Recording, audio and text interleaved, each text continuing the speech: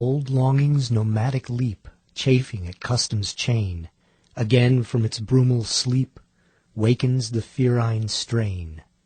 Buck did not read the newspapers, or he would have known that trouble was brewing, not alone for himself, but for every Tidewater dog strong of muscle and with warm long hair, from Puget Sound to San Diego.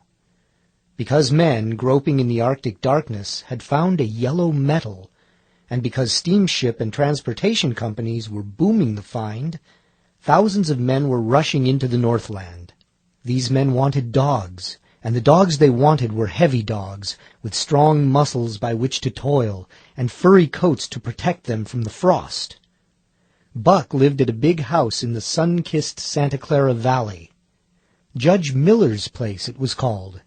It stood back from the road, half hidden among the trees, through which glimpses could be caught of the wide, cool veranda that ran around its four sides. The house was approached by gravelled driveways, which wound about through wide-spreading lawns and under the interlacing boughs of tall poplars. At the rear, things were on even a more spacious scale than at the front. There were great stables, where a dozen grooms and boys held forth, rows of vine-clad servants' cottages, an endless and orderly array of outhouses, long grape arbors, green pastures, orchards, and berry patches. Then there was the plumbing plant for the artesian well, and the big cement tank, where Judge Miller's boys took their morning plunge and kept cool in the hot afternoon. And over this great domain Buck ruled. Here he was born, and here he had lived the 4 years of his life. It was true there were other dogs. There could not but be other dogs on so vast a place, but they did not count. They came and went, resided in the populous kennels, or lived obscurely in the recesses of the house, after the fashion of Toots, the Japanese pug, or Isabel, the Mexican hairless, strange creatures that rarely put nose out of doors or set foot to ground. On the other hand, there were the fox terriers, a score of them at least, who yelped fearful promises at Toots and Isabel, looking out of the windows at them and protected by a legion of housemaids armed with brooms and mops. But Buck was neither house dog nor kennel dog. The whole realm was his. He plunged into the swimming tank or went hunting with the judge's sons. He escorted Molly and Alice, the judge's daughters, on long twilight or early morning rambles. On wintry nights he lay at the judge's feet before the roaring library fire. He carried the judge's grandsons on his back, or rolled them in the grass, and guarded their footsteps through wild adventures down to the fountain in the stable yard, or even beyond, where the paddocks were, and the berry patches. Among the terriers he stalked imperiously, and Toots and Isabel he utterly ignored, for he was king. King over all creeping, crawling, flying things of Judge Miller's place, humans included. His father, Elmo, a huge St. Bernard, had been the judge's inseparable companion, and Buck bid fair to follow in the way of his father. He was not so large. He weighed only 140 pounds, for his mother, Shep, had been a Scotch shepherd dog.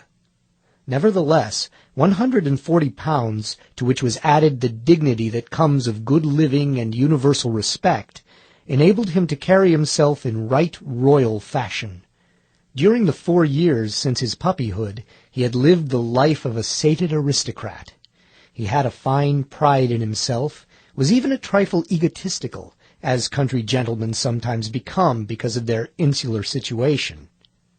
But he had saved himself by not becoming a mere pampered house dog. Hunting and kindred outdoor delights had kept down the fat and hardened his muscles.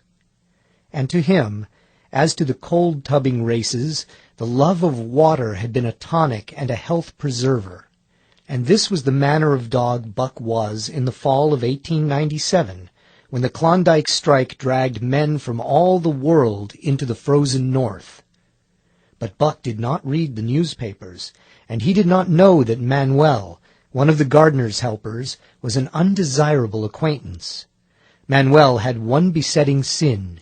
He loved to play Chinese lottery. Also, in his gambling, he had one besetting weakness: faith in a system.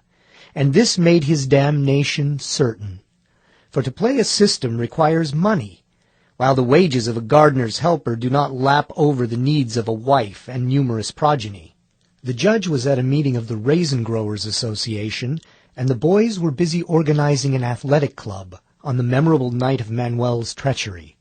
No one saw him and Buck go off through the orchard on what Buck imagined was merely a stroll. And with the exception of a solitary man, no one saw them arrive at the little flag station known as College Park. This man talked with Manuel, and money chinked between them. "You might wrap up the goods before you deliver 'em," the stranger said gruffly, and Manuel doubled a piece of stout rope around Buck's neck under the collar.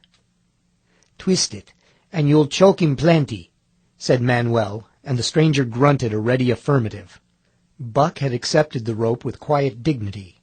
To be sure, it was an unwonted performance, but he had learned to trust in men he knew, and to give them credit for a wisdom that outreached his own. But when the ends of the rope were placed in the stranger's hands, he growled menacingly. He had merely intimated his displeasure, in his pride believing that to intimate was to command. But to his surprise, the rope tightened around his neck, shutting off his breath. In quick rage, he sprang at the man, who met him halfway, grappled him close by the throat, and with a deft twist threw him over on his back. Then the rope tightened mercilessly while Buck struggled in a fury, his tongue lolling out of his mouth and his great chest panting futilely. Never in all his life had he been so vilely treated, and never in all his life had he been so angry.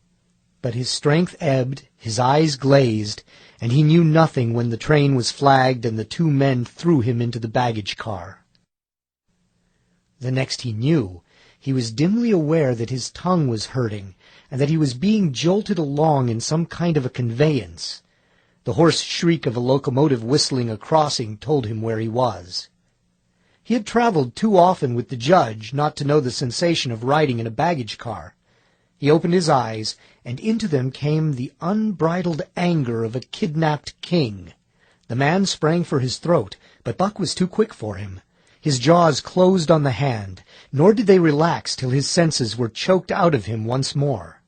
"Yep, has fits," the man said, hiding his mangled hand from the baggage man, who had been attracted by the sounds of struggle. "I'm taking him up for the boss to Frisco. A crack dog doctor there thinks he can cure him." Concerning that night's ride, the man spoke most eloquently for himself in a little shed back of a saloon on the San Francisco waterfront. "All I get is 50 for it," he grumbled, "and I wouldn't do it over for 1,000, cold cash." His hand was wrapped in a bloody handkerchief, and the right trouser leg was ripped from knee to ankle. "How much did the other mug get?" the saloon keeper demanded. 100, was the reply. "Wouldn't take a sou less, so help me." "That makes 150, the saloon keeper calculated, "and he's worth it or I'm a squarehead." The kidnapper undid the bloody wrappings and looked at his lacerated hand. "If I don't get the hydrophoby—" "It'll be because you was born to hang," laughed the saloon keeper. "Here, lend me a hand before you pull your freight," he added. Dazed, suffering intolerable pain from throat and tongue, with the life half throttled out of him, Buck attempted to face his tormentors. But he was thrown down and choked repeatedly till they succeeded in filing the heavy brass collar from off his neck. Then the rope was removed, and he was flung into a cage-like crate. There he lay for the remainder of the weary night, nursing his wrath and wounded pride. He could not understand what it all meant. What did they want with him, these strange men? Why were they keeping him pent up in this narrow crate? He did not know why, but he felt oppressed by the vague sense of impending calamity. Several times during the night he sprang to his feet when the shed door rattled open, expecting to see the judge, or the boys at least. But each time it was the bulging face of the saloon keeper that peered in at him by the sickly light of a tallow candle, and each time the joyful bark that trembled in Buck's throat was twisted into a savage growl. But the saloon keeper let him alone, and in the morning 4 men entered and picked up the crate. More tormentors, Buck decided, for they were evil-looking creatures, ragged and unkempt, and he stormed and raged at them through the bars. They only laughed and poked sticks at him, which he promptly assailed with his teeth till he realized that that was what they wanted. Whereupon he lay down sullenly and allowed the crate to be lifted into a wagon. Then he and the crate in which he was imprisoned began a passage through many hands. Clerks in the express office took charge of him. He was carted about in another wagon. A truck carried him with an assortment of boxes and parcels upon a ferry steamer. He was trucked off the steamer and into a great railway depot, and finally he was deposited in an express car. For 2 days and nights this express car was dragged along at the tail of shrieking locomotives, and for 2 days and nights Buck neither ate nor drank. In his anger he had met the first advances of the express messengers with growls, and they had retaliated by teasing him. When he flung himself against the bars, quivering and frothing, they laughed at him and taunted him. They growled and barked like detestable dogs, mewed and flapped their arms and crowed. It was all very silly, he knew. But therefore the more outrage to his dignity, and his anger waxed and waxed. He did not mind the hunger so much, but the lack of water caused him severe suffering and fanned his wrath to fever pitch. For that matter, high-strung and finely sensitive, the ill-treatment had flung him into a fever, which was fed by the inflammation of his parched and swollen throat and tongue. He was glad for one thing: the rope was off his neck. That had given them an unfair advantage, but now that it was off, he would show them. They would never get another rope around his neck. Upon that he was resolved. For 2 days and nights he neither ate nor drank, and during those 2 days and nights of torment he accumulated a fund of wrath that boded ill for whoever first fell foul of him. His eyes turned bloodshot, and he was metamorphosed into a raging fiend. So changed was he that the judge himself would not have recognized him, and the express messengers breathed with relief when they bundled him off the train at Seattle. 4 men gingerly carried the crate from the wagon into a small, high-walled backyard. A stout man with a red sweater that sagged generously at the neck came out and signed the book for the driver. That was the man, Buck divined, the next tormentor, and he hurled himself savagely against the bars. The man smiled grimly and brought a hatchet and a club. "You ain't going to take him out now?" the driver asked. "Sure," the man replied, driving the hatchet into the crate for a pry. There was an instantaneous scattering of the 4 men who had carried it in, and from safe perches on top the wall they prepared to watch the performance. Buck rushed at the splintering wood, sinking his teeth into it, surging and wrestling with it. Wherever the hatchet fell on the outside, he was there on the inside, snarling and growling, as furiously anxious to get out as the man in the red sweater was calmly intent on getting him out.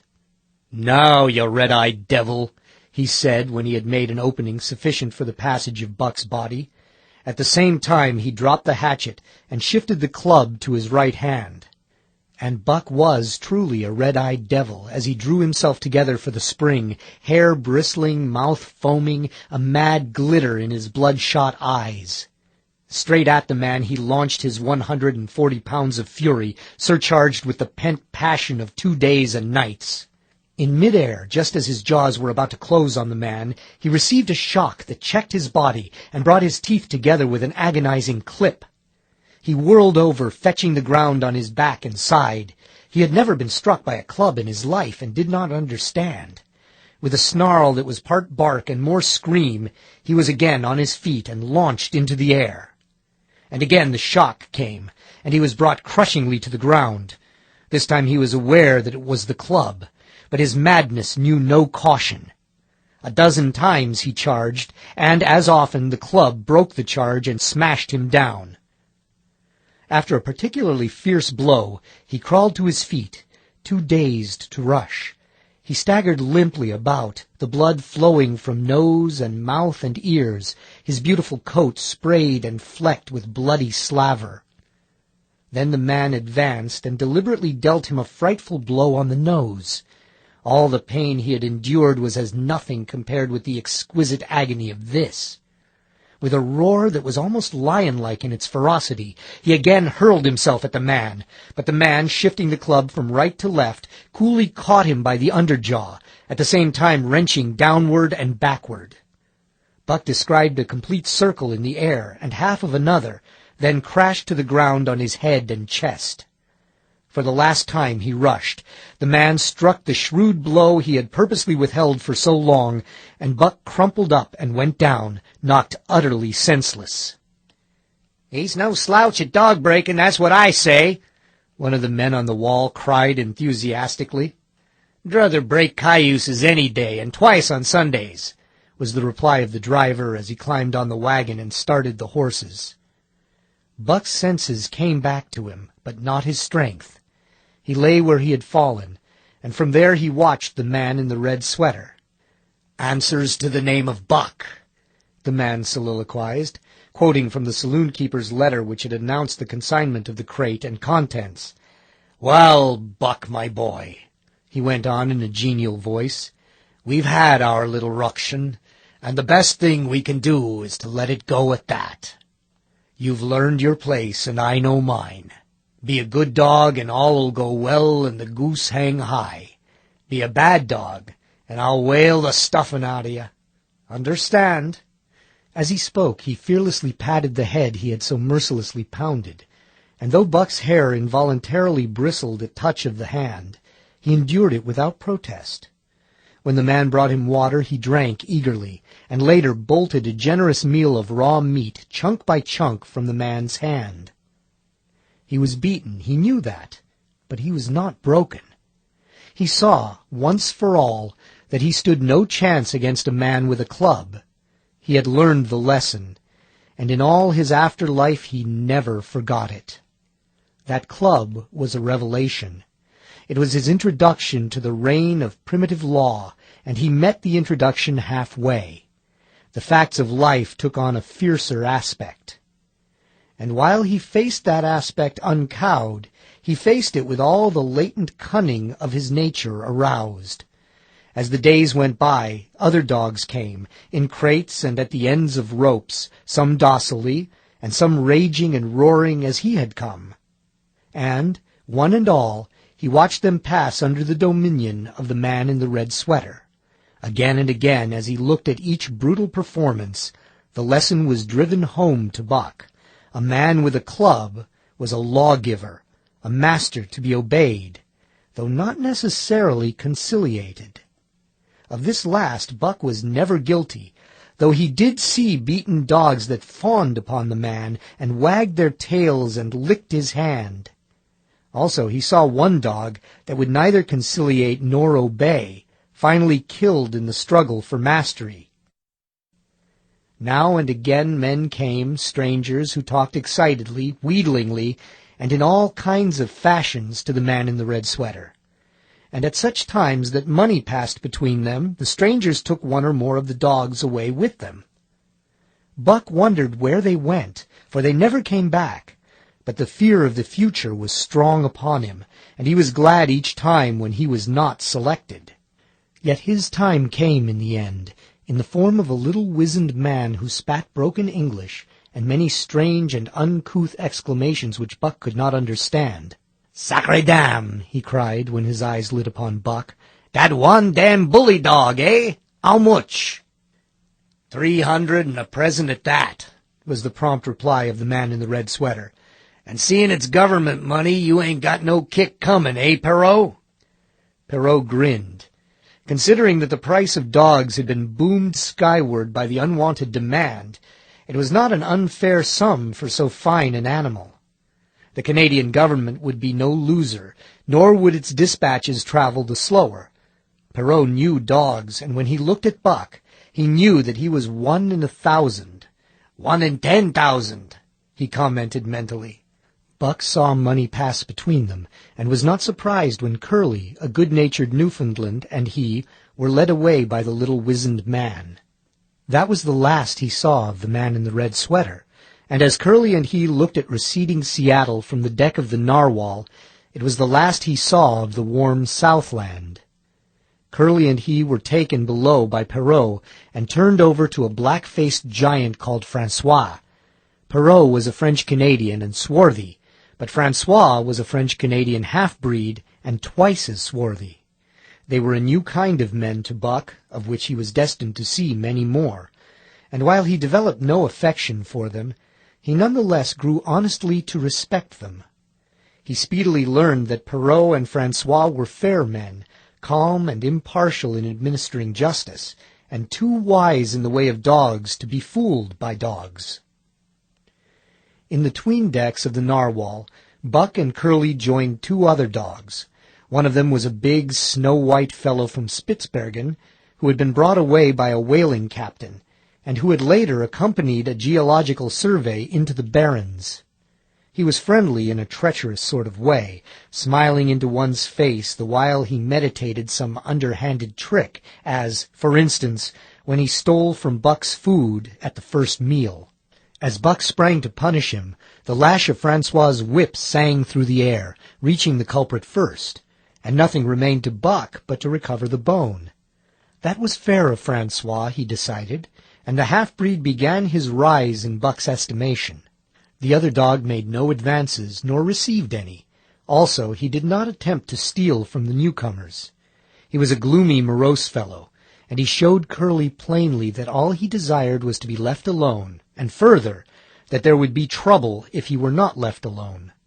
Dave, he was called, and he ate and slept, or yawned between times, and took interest in nothing, not even when the Narwhal crossed Queen Charlotte Sound, and rolled and pitched and bucked like a thing possessed. When Buck and Curly grew excited, half wild with fear, he raised his head as though annoyed, favored them with an incurious glance, yawned, and went to sleep again. Day and night the ship throbbed to the tireless pulse of the propeller, and though one day was very like another, it was apparent to Buck that the weather was steadily growing colder.